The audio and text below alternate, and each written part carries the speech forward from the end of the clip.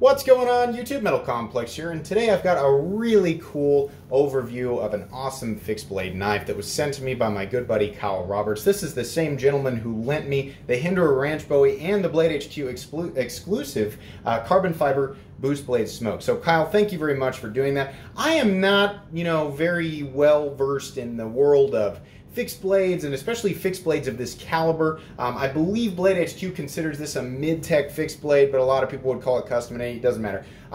This is a really nice fixed blade, one that is not readily available. So this is going to be more of an overview than anything else because I'm not super familiar with Dark Timber knives, or Peter Kohler, I believe is how you pronounce his name. But that's what this is. This is a 1911 Elite by Dark Timber. And Peter Kohler from Dark Timber Knives. Sorry, I got a little bit of oil there. Beautiful 3V satin finished blade with some black micarta. And let me take a look at the box again. I want to make sure I get this. Yeah, ash burl is the inlay there. Now, Kyle explains to me that he had actually, this was part of a recent, well, I say recent, I've actually had this knife for a while, a Knife Ship Free and Blade HQ drop. It's my understanding that this and the other version that was available, Kyle, you can correct me if I'm wrong, there was ones with orange on the G10 liners there. And they sold out in like 2 minutes, so I didn't know how popular these were, but apparently these knives are super popular, and fans of Dark Timber and people who know a lot more about fixed blades are probably rolling their eyes going, why are you even talking about this, dude? You don't know what you're talking about. You're right, I don't, but I figure there's still a lot of people who would love to take a look at this and just know that Dark Timber knives exist. Excuse me, there's a little bit of oil on this blade, if they don't already, because these are truly impressive for what they cost.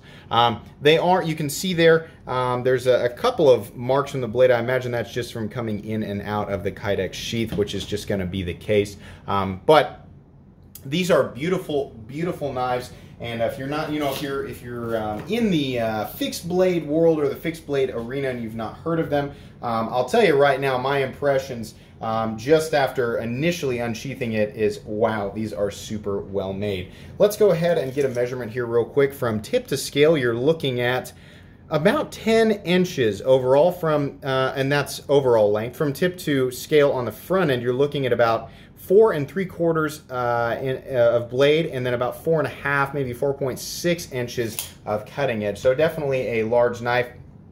Let's do some size comparisons here real quick, which I, of course, don't conveniently have prepared, but I'll go ahead and grab my knives here real quick. Now, we're going to do a couple of different size comparisons, given that this is actually a fixed blade. So, first up against the Ontario Rat Model 1, like usual. Rat 1 coming in at 8.6 inches overall. You can see they're much larger. How about up against the Spyderco PM2? Spyderco PM2 coming in at about 8.3 inches overall. And how about up against the Benchmade Group Tailor Ritter Hogue? Ritter Hogue coming in at 8 inches overall. How about up against another common fixed blade? This is the More Knives Robust. More Knives Robust, actually I'm failing to remember the exact overall length. Yeah, about 8 inches overall. So you can see their good size comparison. How about up against the actual Hinderer Ranch Bowie? That was actually the knife that that Kyle had actually suggested that I compare this with.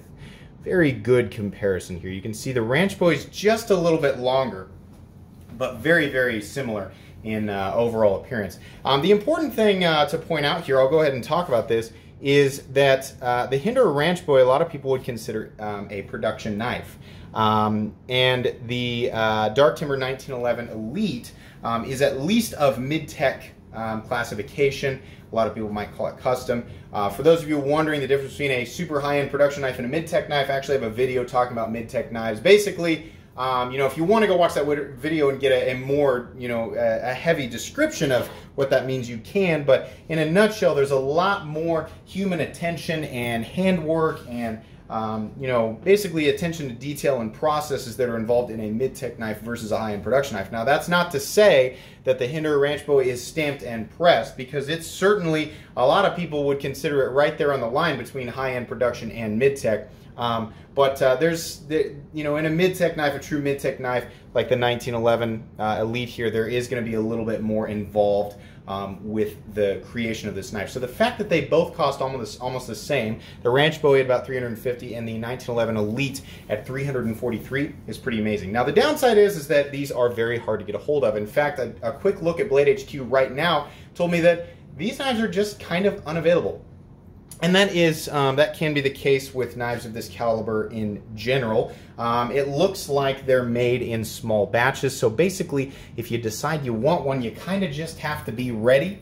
And then whatever pops up is kind of what pops up. I'm not sure if every single individual model is unique in terms of the handle materials, but a lot of makers who are doing full custom models or mid-tech models kind of do things like this.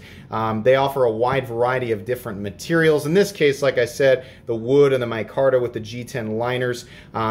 They offer different setups, different colors, and then whatever's available is just available, and then it's either completely unique or semi-unique. I would imagine that that's the case. It looks like they also have a wide variety of different finishes. This satin finish, of course, very beautiful. Just keep in mind, if you do go with a satin finish, and this is any fixed blade that comes with a Kydex sheath, if you're looking at a satin finish, you are going to get some rub marks of the the blade coming in and out of the Kydex sheath. That's just going to be the way that it is. Not that big of a deal. This is CPM 3V, by the way, if I haven't said that. Looks like they do have sort of a dark acid wash finish available, and I'm sure a multitude of others. They also have a lot of different a lot of different models in general that are just beyond beautiful. I take a look at stuff like that and I'm like, man, should I get into fixed blades? When I look at stuff like this, these are the types of knives where I'm like, should I take that step into getting into fixed blades? Because these things are just freaking awesome. Not just, visually beautiful and aesthetically pleasing, but in a functional sense as well. Let's go ahead and weigh it here real quick, just so you guys so we don't get too far past that. Sorry, I'm moving some stuff out of the way so that I can get my scale out. Zero it out real quick if it wants to work with me. You don't want to work with me? Okay, then we'll just turn you off and turn you back on. Overall weight on this guy coming in at about 8.85 ounces. Remember, this is one solid chunk of steel with your handle materials on the side. So as far as I'm concerned, I mean, the weight between the Dark Timber and the Ranch Bowie, I'm going to say the Ranch Bowie is something around, I'm going to take a guess. The Ranch Bowie is going to be a little bit heavier. Let's find out. Yeah, a little bit. 2 ounces heavier, it looks like. With a fixed blade, really, a lot of like what you're feeling is going to be, and then whether or not it's good or bad is going to be balance. This knife appears to be balanced slightly behind. It's more so right here on this bump that it wants to be balanced. So right behind the choil. I would imagine that's because the handle's a little bit heavy in terms of the thickness of the material, but good either way. Both knives feel great. If you're the type of person to be carrying around a fixed blade on you every single day, you're probably not the person to be working in an office. Carry weight's probably not as much, as important of a factor to you. But just so everybody knows, that's what it weighs and that's how it feels. In terms of how the blade's ground and how it's finished, it's very beautiful. The satin grind lines on there look really, really nice. There is a slight recurve here, which I would imagine would have its advantages given, whatever certain applications. I would imagine a recurve would be beneficial if you're skinning. I don't know. I'm not proficient in the arts of skinning, and I don't do stuff like that all the time, but I would imagine that might be good for that. You do have a nice, fairly thin tip despite the stock thickness, I'm guessing, being somewhere around 160, 165 thousandths, anywhere between, my guess is 150 to 160 thousandths probably, yeah. It's coming in at 150, which means it could be 155 thousandths, something like that. Comes out to a nice tip. You do have a flat that runs about 60% the length of the blade. A nice prominent swedge here, giving it that really cool elongated clip point look and almost creating a small harpoon notch back here, but it's really just the the style of the blade, the nature of where the swedge begins, giving you that place to rest your thumb. Like I said, comes down to a nice puncture style tip, still maintaining some good strength and very equal. I mean, in terms of the sharpened edge, it's very symmetrical, very even, doesn't have any wonkiness to it. Beautiful, beautiful finishing on the blade. You can see there the Dark Timber Knives symbol there, really cool. Other than that, the blade is well, I guess they have their logo on the front, and then it's like their insignia on the back. Somebody who knows if there's any more detail on that can clarify in the comments section. But in any case, very, very beautiful. Moving down to the scales here, you can see everything is nicely finished off. There is no wonkiness to this whatsoever. A lot of people might be looking at those screws and going, are they rusted? No, I think that is a finish that's applied to them after they're set into the scales there. It doesn't look like, you know, aging from anything laying around. I think that's literally just a finish it's applied to the screws either before or after they're set in, probably before. But in any case, it looks really good, kind of goes along with the rustic theme of the knife here. These are very smooth micarta scales that have been cut to accept this, this wood inlay here. Very, very beautiful. I'll give you guys a close-up of that. If you're wondering, the ergonomics are just absolute perfection. I went on and on about how great this knife felt in hand, and this is amazing. The Ranch Bowie is literally amazing, but oh my gosh, like all of the contouring and every last little, I mean, it feels like what they did is they just took a thick wad of silly putty and just said, you know, had somebody just say, hey, you know, just loosely grab it, and then they just molded the handle exactly out of that. I mean, it's absolute perfection in terms of comfort. I mean, if I was going to work with a knife like this all day, I would want it to have ergonomics like this. This is just wonderful. Beautiful place to rest your thumb up here. No forward choil, but I don't know that it's really needed given that you can get your finger pretty close up to the blade there. You can see nothing in the cutting path. You know, thick enough to be robust and strong, but thin enough to the point where the edge gets nice and thin. So it's going to be a nice hard working knife, a nice, you know, I would imagine skinning knife, things of that nature, things you would expect of a fixed blade of this caliber. In terms of the back here, the spine is absolutely flush with these green G10 liners, which honestly, Kyle, I think the green looks really good. I'm not a big fan of orange. This is probably the route I would have taken if I were to pick this knife up for myself. So that's cool. You have a nice little lanyard hole down here. You can easily get some 550 through. You can see full tang all the way around. Everything is just nice and seamless all the way up. No sharp edges anywhere. Everything is nicely rounded off in all places. It's just wonderful. Now, look, like the Ranch Bowie, $350 is a lot of money. It's not really an amount of money that a lot of people are looking to spend on a fixed blade. So for obvious reasons, I'm not going to say, yeah, everybody should run out and get one. No, listen, if you are in the, you know, in the world of fixed blades and you've kind of transitioned out of your typical work knife style fixed blades and you're wanting something a little bit more, you know, high end, a little bit more just for you, a little bit more unique, more handwork, more attention to detail going into things. Dark timber knives seems to have a very, you know, a prestige about them. They're very highly regarded. You know, it doesn't seem like there's really any negative information out there on them. I'll admit, you know, it's not like I've been sitting around for years studying them, but they seem to be pretty highly regarded. So I would imagine, like I said, if you're already sort of, you know, in the fixed blade world, you're probably already aware of them. If you're not, they're definitely a maker that you should check out. You know, whether you're, you know, whether you're making the transition from, you know, your nicer high-end production fixed blades into the world of mid-tech and custom fixed blades, or you're already there and you're just looking to expand your own inventory and collection, I think these are beautiful.